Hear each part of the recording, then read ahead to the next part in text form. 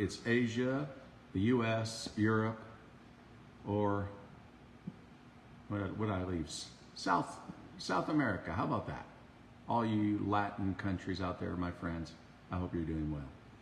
So I've been busy since I came back from Europe, spending 3 weeks out there with some awesome people, and then having come back here, and it's been, yeah, catch up. You know how it is. When you go out of town or you've been gone for a week, you come back and it's, wow, things to do, right? But it's good things, it's productive things. And we're in the summer, and yeah, because people are busy doing trips and things like that, you can still build a business in the summer. But that's not what this video is about. I just thought I'd throw that in. So if you think you can't do it, you can do it. You can do it. What makes people not do it is thinking they can't do it because people are too busy. But then that's true in the fall season. When kids are going back to school, we could have the excuse that people don't have time to look at it because they've spent their money on things the kids need to go back to school, so they don't have money to buy your products.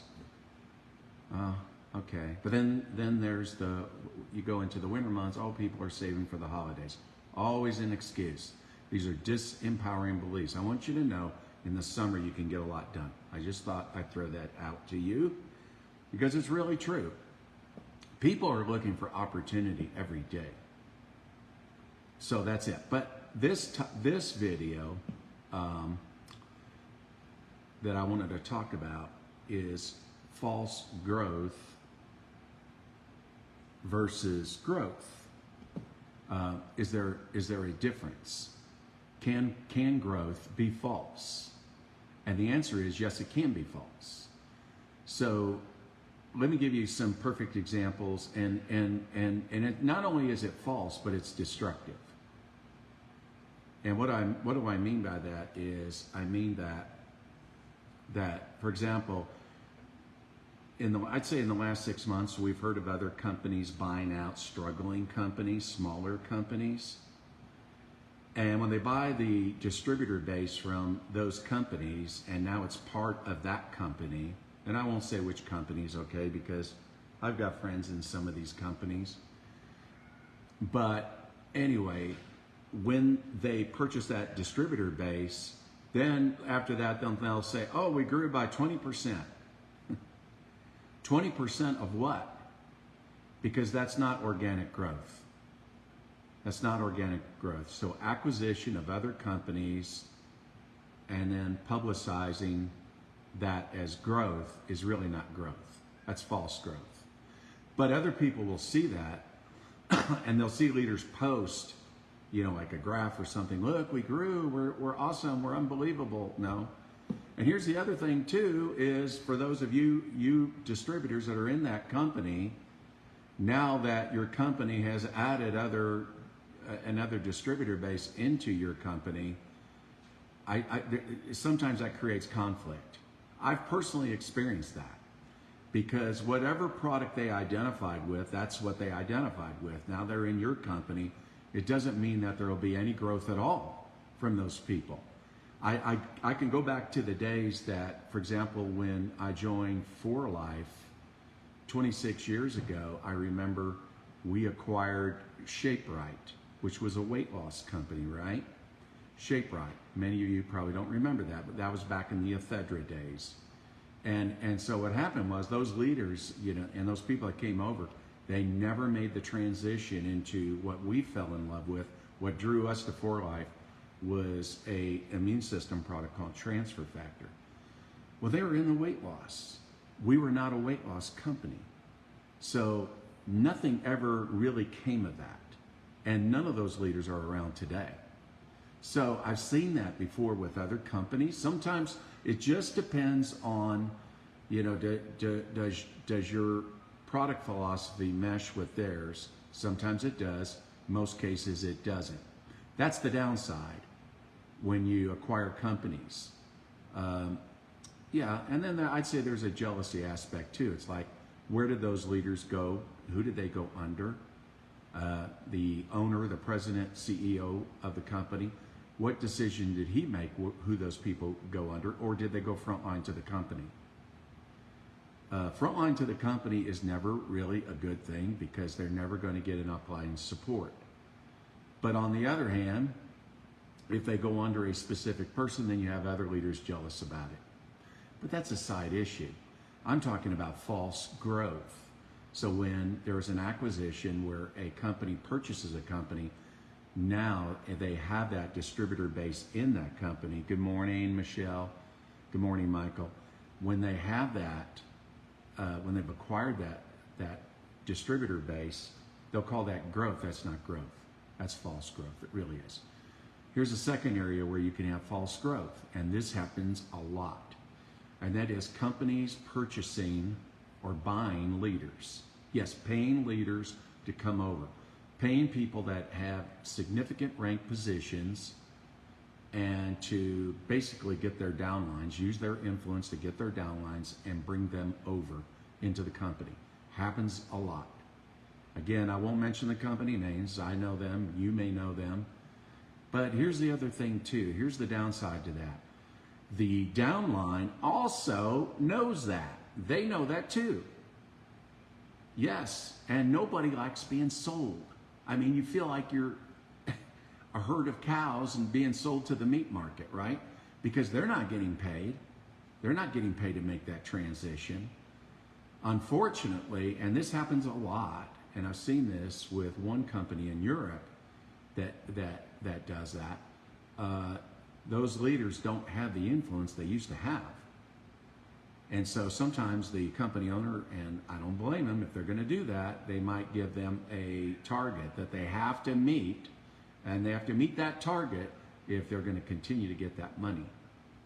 And when they don't meet it, then they're cut off, and then guess what that leader does?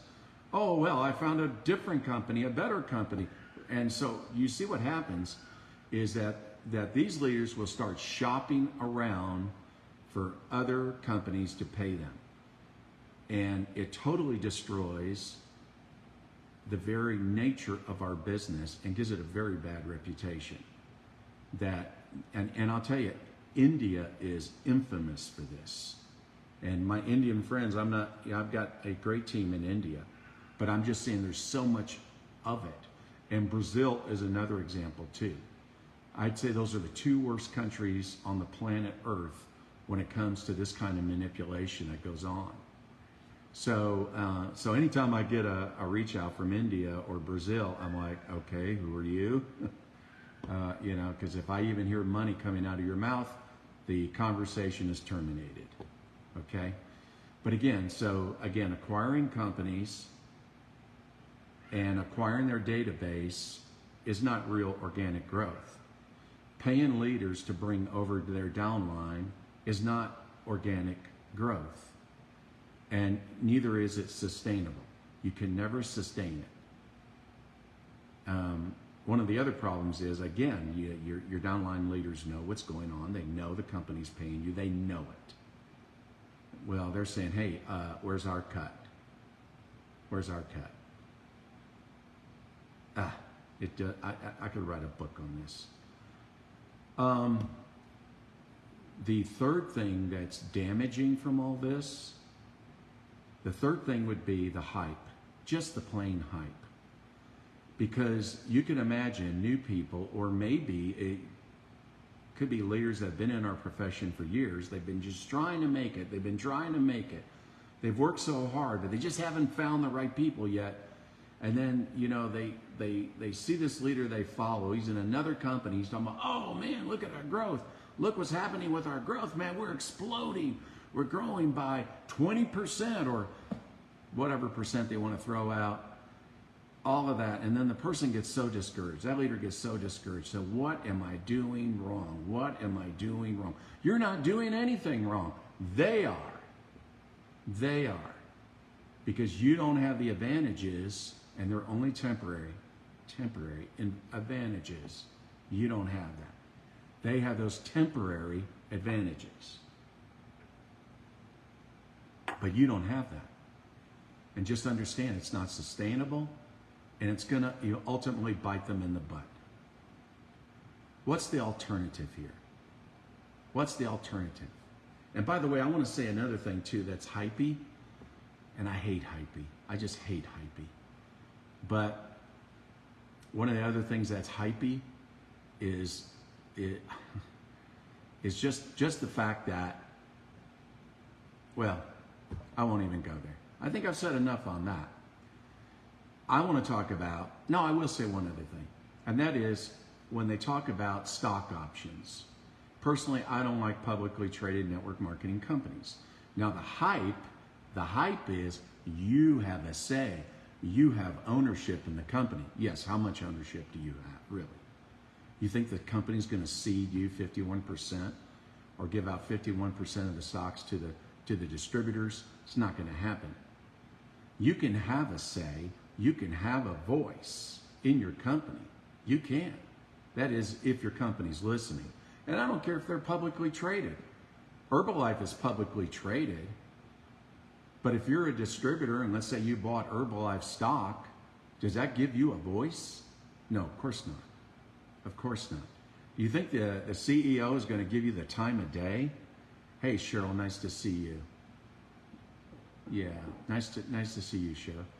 You think the company CEO is going to give you the time of day? They're not going to. You're never going to get into a conversation with them on a telephone or with him. So then, what kind of growth are we looking for? We don't want false growth. We want real organic growth. So what's the difference? The difference from that, what I just described, real organic growth comes from real relationships with people. That's what drives it. Real relationships with people. We're not talking about numbers. We're not talking about volume stacking. And that's another false growth method. It's just volume stacking. We're not talking about that. We're talking about people that really love their product and they love people. And products move people because, like Jesus says, out of the heart's abundance, the mouth speaks, right? So it's true. So when you love something, you talk about it. And if you don't get your people to fall in love with the product, they're not going to be around very long. Your income's not going to be around very long, and you're certainly not going to have any growth. So again, authentic relationships, number one, okay? And that is people listen to you. They like you. They relate to you. They know you. You have regular conversations with these people. That's authentic relationships. And that is what growth is based on. That's what makes a team grow. That's what makes a company grow. It may not be ballistic, but how many ballistic companies do you know that are still around today? Who remembers the day of Monavie? Right? Went up like a rocket, down like a rocket. Who remembers the days of Jeunesse? Up like a rocket, down like a rocket. There are more. I'm just giving you some examples. It's the tortoise and the rabbit, right? So anyway, the thing is, growth, as long as it's consistent, is good. I say celebrate it. I say celebrate it. And every month you should celebrate what's going on in your team. Find things to celebrate. You may not hit your goals. That's okay. You may have missed the target. That's okay. What you don't want to miss is the positive things that are going on in your team. And you can find it, I promise you. If you get into your reports and if you're talking to your leaders, you can find things to celebrate. So again, authentic relationships creates positive organic growth. Number two, again, being product-centric, not opportunity-centric. Nothing wrong with opportunity. Nothing wrong with that at all. But I'll tell you, when you have a great product and it impacts people in a positive way, couple that with authentic relationships, well, then you're going to have growth. You're going to have growth. And so when I talk about being product-centric, I'm saying the very basis for your opportunity is the product. It's the product. And let me ask you, and you don't have to comment on this, okay? Because some of you might say, no, or I didn't, or guilty. It's okay. It happens. But did you use your product today?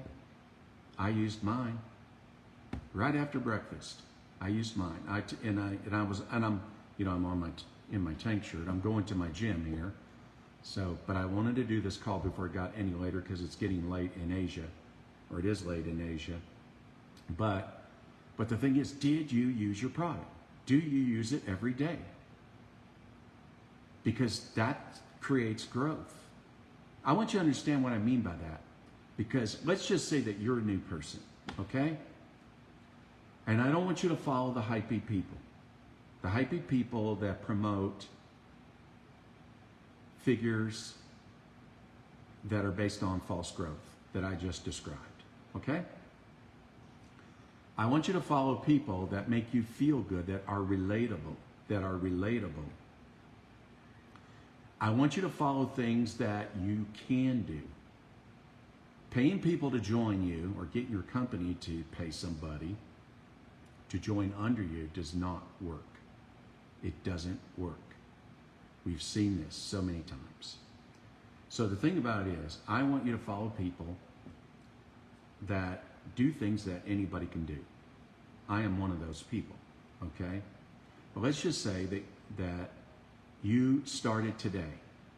And maybe you're like me. When I started 26 years ago in For Life, for example, I had to start all over because my previous team went with another company. They all scattered. So there I was. And some of you have seen that picture of me at the table with my cat, and I'm looking at my notes, my list, and I look like I'm dazed, Anyway, so that's what I'm talking about. Starting at ground zero, and that's what you're doing. And so you are starting at ground zero all over again.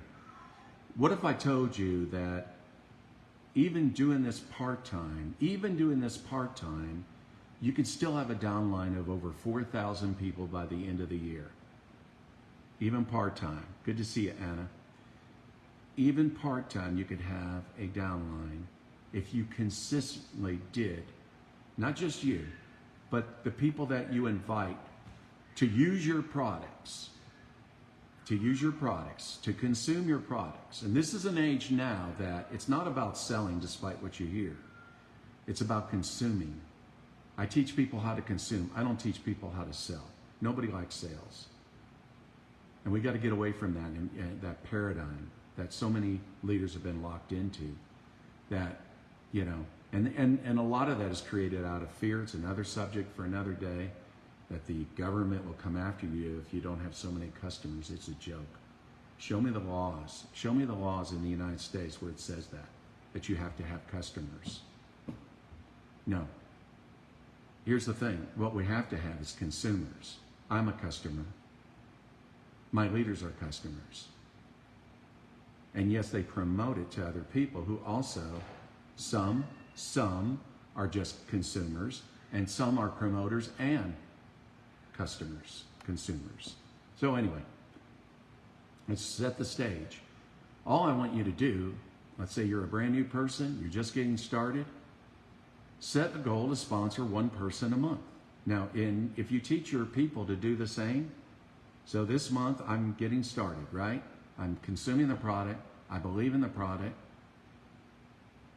and I introduce it to one person because I have a job, I have a family, things are crazy, my life is crazy, right? That describes people today. And so now that person is doing what? That I introduced it to. They're consuming the product. So there's not one, there's two now. Two. Next month, it's going to be, I'm going to do the same thing. I'm going to make it a goal to at least introduce it to somebody who's going to be consuming the product. And that person I introduced it to the previous month is going to do the same. Now there's 4 of us, right? Do the math. Do the math. We're talking about 12 months of consistently doing that. If you do the math, you'll have 4,096 in your downline. You will be 12 wide, right? So, yeah, that's right. It looks more like a diamond, I guess, geometrically, if you looked at it image-wise. But you would have 4,096 in your downline if you sponsored one person a month and taught your people to do the same. We're not talking about jumping through a lot of hoops. We're not. This is something that's done very easily, but it's organic growth. It's not false growth. It's not hypey. It's the real thing. And so like last month, I looked at my team, just curious to see how many customers we have. Now, I want you to understand, I'll be transparent about that. When someone joins our company, they have to join as a customer. There is no other way. I like that because culturally, that's the right thing to do. Because if they're just into money, but they're not into product and making a difference in people's life, I really don't want them in my team. They're the wrong person. I don't want them. Go join some crypto binary deal. You know, wrong company, wrong team, wrong person. Okay, so that's a. I just thought I'd just add that. But the thing about it is, when people join us, like last month, I think it was. Hang on, I want to be accurate about what I say. Sometimes I just like, yeah, what did you say? That was incorrect. Oh yeah. So I'm going to be transparent, and this isn't false growth. Nobody was paid. We didn't acquire a company. We didn't acquire a leader. We did not acquire a team. Okay? This is organic growth. Now, this is all about being consistent. And I told you, if you set a goal to sponsor one person a month and teach your people to do the same, you're just starting today. At the end of the year, you'll have 4,096 in your download. Okay? Now, I didn't do good in math in school, okay? But it's true. So last month in May, I had 11,715 new customers. So what does that mean? 11,715 new customers. Now everybody starts as a customer, but some of these people start or actually join with the intent of doing the business. They join with the intent of making money. So, and then some are going to just use the product and they're going to think about it. So now, as far as like new rank breaks, I had 1,492. 1,492 people broke rank. So again, it's not artificial volume. Not artificial. And since the diamond position is our core rank where we teach people, that's the rank you want to get to because that's the rank where you're going to make money, generally $1,000 a month. We had 247 people, 247 new diamond qualifiers. So I got more than 247 diamonds, but I'm talking about new diamond qualifiers. And as far as fast starts, that is people that choose to do the business. So they join with a fast start. And this gives you some perspective here because I said I had 11,715 new customers, but I had 1,946, almost 2,000 fast starts. That's a special package that people will purchase when they want to do the business. So if you compare that, almost 2,000 to that almost 12,000 new customers, that tells you something right there. That far more people right now are just using the product. They're going to either remain a customer or they're going to eventually join the business. But out of that 11,715 new customers, 1,946 decided to do the business. Organic growth. It's organic growth, nothing artificial. And here's the thing, because like I said, I give you that example, if you just consistently did simple things that anybody can do by always having that goal to enroll a new person that will be using your products every month, whether they're going to do the business or not, doesn't matter, and teach them to do the same. You got to downline 4,000 people, 4,096 people. That is real organic growth that is doable. It's so easy to do this, but I'm not saying that makes it so. It doesn't. What makes it hard is our thinking, mindset. And we have to work with our leaders on that. But we have to show them simple things that they can do. So, false growth, in conclusion, is just, it's damaging. It's hypey. It's not sustainable, and neither does it work. It works temporary. But I'm talking about, I've watched the companies who've done it. Jeunesse was a perfect example of it. They were buying everybody. Where is it today? So, don't look at people that post things and say, my gosh, what am I doing wrong? You're not doing anything wrong. They are. People that promote false growth are damaging the profession. Just don't focus on it. That's it. Don't focus on it. Focus on those things that make you productive. Get up every day. Do some exercise. Plug into some positive personal development. You might want to listen to a Tony Robbins YouTube video. Just something quick. That's what I'll be doing when I go to the gym. There's just different audios that I listen to when I'm in my gym. But anyway, thank you, Michael. And just stay in that groove and follow people that work organically and do things that anybody can do. That's the essence of network marketing. That's the fundamentals that make our business work. It was great spending time with you. I hope all you guys are doing well.